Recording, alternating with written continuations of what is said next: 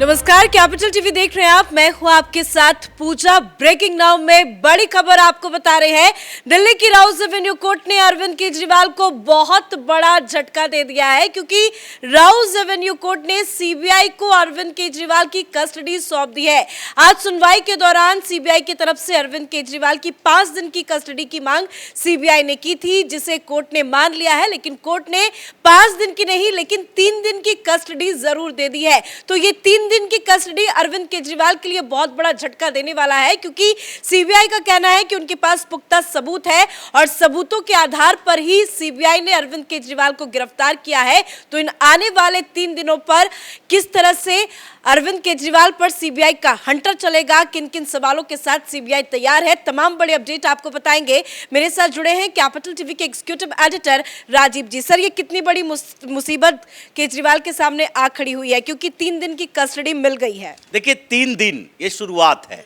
3 दिन के बाद फिर 7 दिन होगा, फिर 15 दिन होगा, फिर महीनों दिन गुजर जाएंगे। अरविंद केजरीवाल अब सीबीआई के हत्थे चढ़ गए हैं, तो उससे बाहर निकलना मुश्किल है, क्योंकि अभी तक जो जांच चल रही थी ईडी ने जो मनी ट्रेल है उसके बारे में सारी जानकारी इकट्ठी कर ली। अब सीबीआई के पास सबूत इस बात का है कि ये पूरा जो घोटाला हुआ है वो शराब नीति के कारण हुआ है, और शराब नीति एक्साइज पॉलिसी बनाने में किस किस की बड़ी भूमिका थी, उसमें कौन से लोग इन्वॉल्व थे, और एक्साइज पॉलिसी बनाने से पहले इन लोगों ने किन किन लोगों के साथ बैठक की, मुलाकात की, साउथ लॉबी को कैसे इन लोगों ने पहले से ही एक्साइज पॉलिसी का ड्राफ्ट दे दिया और फिर बताया कि देखो ये ड्राफ्ट है, इसमें से आपको कोई चाहिए नया संशोधन चाहिए, इसमें कुछ और ऐड करना चाहिए, जैसे होलसेलर और रिटेलर के बीच का जो कड़ी है उसको खत्म करना है, और होलसेलर जिसको बनाना है वो प्रोड्यूसर ही होलसेलर होगा। ये सारे जो तिकड़म भिड़ाए गए थे ये तो साउथ लॉबी ने ही दिया था। तो इसलिए अब ये सारी कड़ियां सीबीआई जोड़ रही है। जो क्रिमिनल कॉन्स्पिरेसी का मामला आता है कि आपने पहले से ये तैयार कर लिया कि जो हम पॉलिसी बनाने जा रहे हैं वो लोगों के हित के लिए नहीं है, ये दिल्ली सरकार के लिए नहीं है, बल्कि आम आदमी पार्टी के लिए है। और आम आदमी पार्टी पहले से ये तय कर रखी थी कि इस नीति बनाने के साथ हमको इससे इतना रुपया पैसा फायदे में होगा, और इसी बात को लेकर अब सीबीआई ने ये इंक्वायरी शुरू की है, जिसमें अरविंद केजरीवाल की भूमिका बताई जा रही है। आज एक चीज को लेकर काफी ज्यादा चर्चा रही कि सीबीआई के हवाले से ये खबर सामने आई कि केजरीवाल ने कहा है कि मुझे इसकी कोई जानकारी नहीं है, सारा जो आरोप है उन्होंने सिसोदिया के माथे पे मढ़ दिया था। लेकिन जब सुनवाई होती है तो केजरीवाल कोर्ट में कहते हैं कि मैंने तो सिसोदिया का नाम ही नहीं लिया, मैं ये बताना चाहता था कि मैं भी निर्दोष हूं और सिसोदिया भी निर्दोष है। इस तरह की जो आज बयानबाजी हुई है, जो दलीलें दी गई है, क्या लगता है कि आने वाले वक्त में सिसोदिया और अरविंद केजरीवाल को आमने सामने बिठाकर सीबीआई पूछताछ करेगी? देखिए, बिल्कुल पूछताछ करेगी। ये जितने जो लोग हैं, जो लोग इसमें गिरफ्तार हुए हैं, चाहे विजय नायर हो, चाहे मनीष सिसोदिया हो, या फिर अरविंद केजरीवाल हो, या फिर जो दूसरे गवाह हैं, चाहे समीर महेंद्रू हो, दिनेश अरोड़ा हो, राघव मंगूटा हो, अभिषेक बोइनपल्ली हो, ये सारे लोग जो हैं, जिन लोगों ने गवाही दी है और जिसके खिलाफ ये बार बार अरविंद केजरीवाल कोर्ट में कह रहे हैं कि इन लोगों की गवाही का कोई मतलब नहीं है। अभी तो सीबीआई और ईडी दोनों अलग अलग लोगों से पूछताछ कर रही है, और उसके सवालों के जवाब के आधार पर दूसरे से इंटरोगेट करती है। लेकिन उसके बाद जब ये बात कर रहे हैं कि हमने उससे मुलाकात नहीं की, हमने समीर महेंद्रू से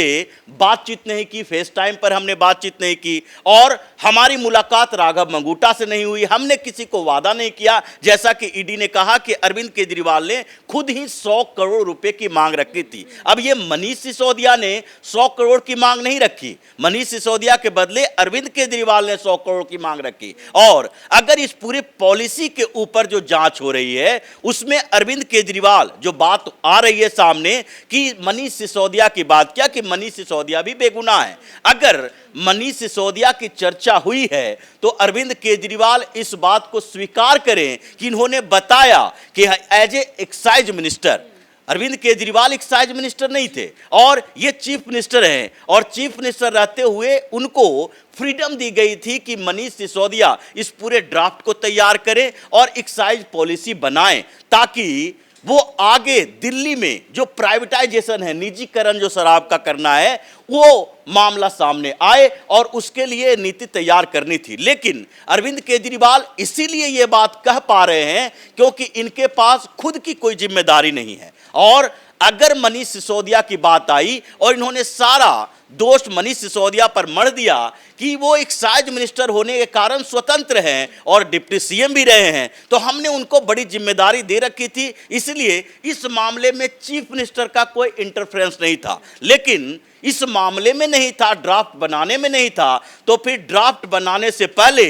और एक्साइज पॉलिसी तैयार करने से पहले अरविंद केजरीवाल ने साउथ लॉबी से कैसे बात की, अरविंद केजरीवाल ने के कविता से कैसे बात की, अरविंद केजरीवाल के जो सबूत मिले हैं कि अरविंद केजरीवाल क्यों साउथ लॉबी से पैसे की मांग कर रहा था। जो विनोद चौहान गिरफ्तार किया गया, वो कैसे अरविंद केजरीवाल से चैट करके बता रहा था कि गोवा में जो 45 करोड़ रुपए भेजे गए थे वो चंद्रप्रीत सिंह ने डिस्ट्रीब्यूट कर दिए हैं वहां के कैंडिडेट के बीच। ये लोगों के बीच जो सर्किल चला और जो एक दूसरे से लिंक सामने आए हैं, उसके बाद अरविंद केजरीवाल ये नहीं कह सकते कि चीफ मिनिस्टर रहते हुए हमारी कोई भूमिका नहीं रही है, क्योंकि पहले ऐसा हो सकता था अगर किसी दूसरे आरोपी के साथ अरविंद केजरीवाल का सीधा जुड़ाव नहीं है, इस पॉलिसी बनाने से लेकर पैसे की लेन देन तक, तो वैसी स्थिति में यह कहा जा सकता था कि चीफ मिनिस्टर की भूमिका नहीं है। जैसे कई ऐसे घोटाले हुए हैं जिसमें प्रधानमंत्री हो और उनके मंत्री हो, किसी मंत्रालय में घोटाला हुआ, चाहे 2G स्पेक्ट्रम घोटाला हो, कोयला घोटाला हो,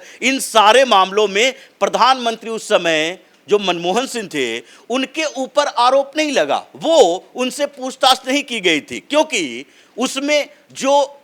पॉलिसी बनाई गई थी वो पहले से थी और उस पॉलिसी में छेड़छाड़ की गई थी जो सीधे मंत्री से जुड़ा हुआ मामला था। लेकिन उन लोगों से कोई भी संपर्क संवाद नहीं हुआ था प्रधानमंत्री का। लेकिन यहां पर जो अरविंद केजरीवाल को इस पूरे मामले में आरोपी बनाया जा रहा है, वो इसी आधार पर बनाया जा रहा है कि केजरीवाल केवल मुख्यमंत्री नहीं है, आम आदमी पार्टी के नेशनल कन्वेनर भी हैं और ये सारा पैसा आम आदमी पार्टी के लिए खर्च किया गया था, उसमें इन लोगों के अपने शेयर होंगे। वो तो बाद में पता चलेगा कि क्या अरविंद केजरीवाल का कोई सिंगापुर में फ्लैट पकड़ा गया, क्या मनीष सिसोदिया ने कहीं दुबई में जाकर इन्वेस्टमेंट किया है, ये तो बाद में धीरे धीरे पता चलेगा कि इन लोगों का पर्सनल इंटरेस्ट क्या था, पर्सनली इन लोगों ने कितने पैसे लिए। लेकिन अभी तक जो सामने आई है बात, सुप्रीम कोर्ट ने भी कह दिया कि आम आदमी पार्टी के लिए पैसे खर्च किए गए हैं। 338 करोड़ का जो बैलेंस है, मतलब एक्साइज पॉलिसी में 338 करोड़ रुपए के जो घूस लिए गए हैं, वो पैसे जो हैं वो कहीं ना कहीं आम आदमी पार्टी के लिए खर्च हुए। तो आम आदमी पार्टी के नेशनल कन्वेनर होने के कारण आपको ये जिम्मेदारी उठानी पड़ेगी कि आपके पास जो पैसे आए वो कहां से आए, वो सोर्स क्या थे, उस पर आपने चर्चा नहीं की। यही बात एनडी गुप्ता ने कहा था कि हम ट्रेजरर हैं, हमने इन पैसों का खर्च करवाया, लेकिन हमें यह पता नहीं है कि यह कहां से आ रहा था। संजय सिंह से भी जब पूछताछ की जा रही थी, उसने भी यह बात कही, 2 करोड़ रुपए का जो हेर फेर की बात हो रही है, हमें तो यह पता नहीं था कि बैग में क्या है, कहां से आ रहा है, कहां जा रहा है। हमें बताया गया कि भाई ये पैसे आपके पास जाएंगे, आपके घर पे लेकर जाएगा और वहां से लेकर दूसरे जगह पर जाकर ड्रॉप कर देगा। तो इसलिए जो संजय सिंह है वो कुरियर का काम कर रहा था, मिडिलमैन का काम कर रहा था, इसलिए उसे जमानत दी गई। लेकिन अरविंद केजरीवाल तो इन सारे मामलों को जानकारी रखता है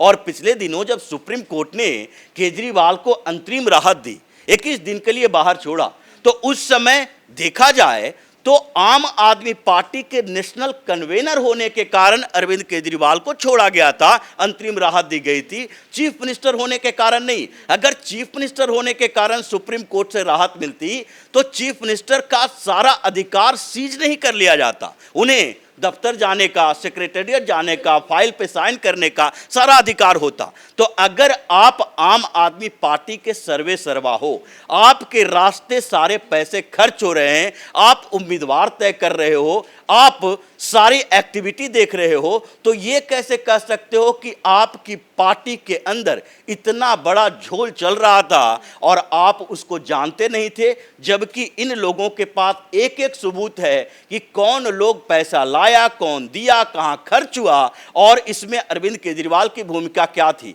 तो 3 दिन के अंदर केजरीवाल को यह बताना पड़ेगा कि आपके खिलाफ जो इन लोगों के सबूत हैं, और एक्साइज पॉलिसी बनाने से पहले आपके घर पर जो बैठक हुई थी, एक बार भी सीएम ने सवाल किया कि मार्जिन मनी दुगना क्यों किया जा रहा है? एक बार भी आपने अपने एक्साइज मिनिस्टर से बोला कि इस पॉलिसी में ये दिक्कतें आ सकती है? इसका मतलब है कि आप मिलजुल कर इस घोटाले की पृष्ठभूमि तैयार कर रहे थे और इसलिए इस पूरे घोटाले में सबसे बड़ा आरोपी अरविंद केजरीवाल है और अब सीबीआई के हत्थे भी चढ़ गए। मतलब अब लंबा नप गए हैं, इस्तीफा दें या फिर अरविंद केजरीवाल के खिलाफ और मामले सामने आएंगे। धन्यवाद सर अपडेट के लिए। तो अब एक बात तो साफ है कि अरविंद केजरीवाल को इस्तीफा देना ही होगा, क्योंकि सीबीआई ने भी शिकंजा कस दिया है। 5 दिन की कस्टडी की मांग सीबीआई की तरफ से आज दिल्ली के राउज एवेन्यू कोर्ट में की गई थी, लेकिन 3 दिन की कस्टडी मिल चुकी है। इस बीच आपको जाते जाते एक सुनीता केजरीवाल का ट्वीट भी दिखा देते हैं, क्योंकि